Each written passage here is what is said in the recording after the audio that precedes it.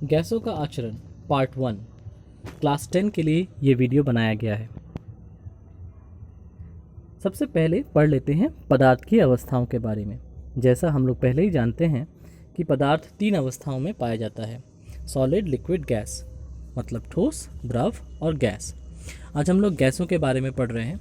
तो गैस किसे कहते हैं? गैस वे पदार्थ हैं जिनके अणुओं के मध्य खाली स्थान बहुत अधिक है, और दूसरी बात, इनके अणुओं के मध्य आकर्षण बल बहुत ही कम है। गैसों का दबाव, इस चित्र को ध्यान से देखो। यहाँ पर इस पात्र के अंदर बहुत सारे अणु हैं, तो क्या वो चुपचाप हैं, स्थिर हैं या गतिशील? जाहिर सी बात है वो गतिशील हैं। क्या वो सभी एक ही दिशाओं में गतिशील हैं या विभिन्न दिशाओं में? जाहिर सी बात है वो विभिन्न दिशाओं में विभिन्न वेग से गतिशील है, और इस गति के कारण वो पात्र की दीवार से टकराते हैं और टकराने के फलस्वरूप एक बल देते हैं। प्रति इकाई क्षेत्रफल जितना बल मिलता है उसे ही दबाव कह रहे हैं। तो दबाव का मतलब है बल बटा क्षेत्रफल।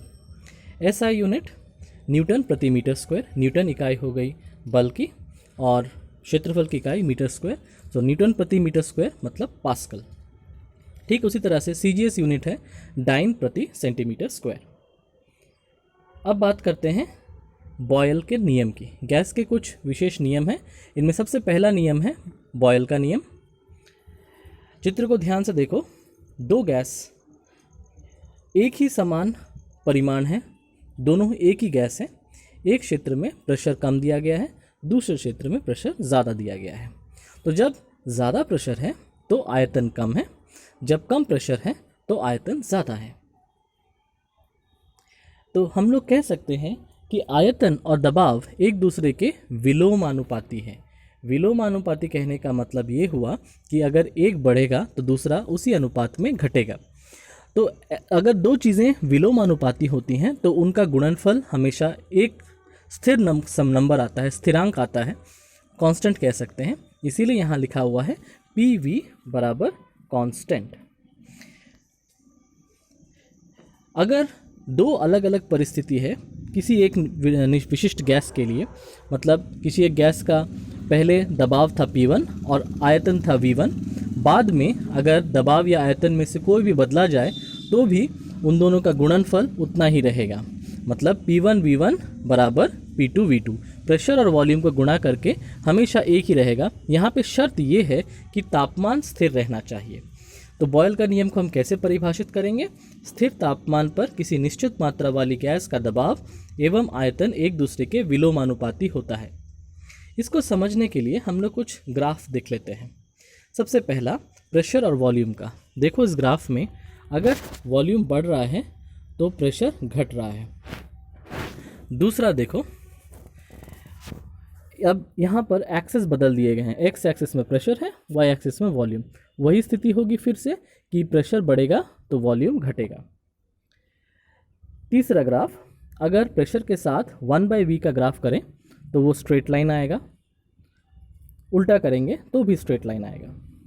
और प्रेशर इंटू वॉल्यूम अगर गुणा करेंगे तो हमेशा एक ही मान आएगा, चाहे वो वॉल्यूम ज़्यादा हो या कम। ठीक उसी तरह से प्रेशर इंटू वॉल्यूम मतलब P इंटू V का मान एक ही रह जाएगा, चाहे प्रेशर का मान कम हो या ज़्यादा।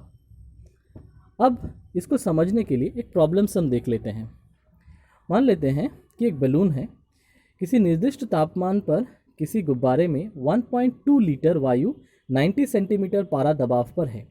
तापमान स्थिर रखकर यदि दबाव को घटाकर 60 सेंटीमीटर पारा कर दिया जाए तो वायु का आयतन कितना हो जाएगा? तो इसका समाधान करने के लिए हम लोग देख रहे हैं, क्योंकि तापमान स्थिर है इसीलिए बॉयल का नियम आएगा। बॉयल के नियम अनुसार P1 V1 is equal to P2 V2, और फिर हम लोग प्रेशर की जगह वैल्यू बिठा देते हैं।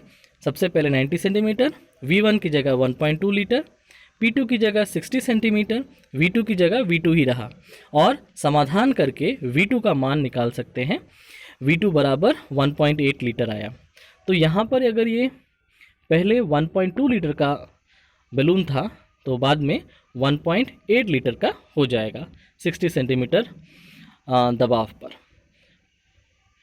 तो इसका मतलब ये है क्योंकि दबाव घट गया है तो बैलून आयतन में बड़ा हो जाएगा। इस तरह से और भी प्रॉब्लम्स हम लोग स्वयं सॉल्व करेंगे और इस बॉयल के नियम को और भी बेहतर तरीके से समझ सकते हैं। तो आज के वीडियो में यहाँ तक ही, अगले दिन हम दूसरे वीडियो के बारे में अध्ययन करेंगे। Thank you.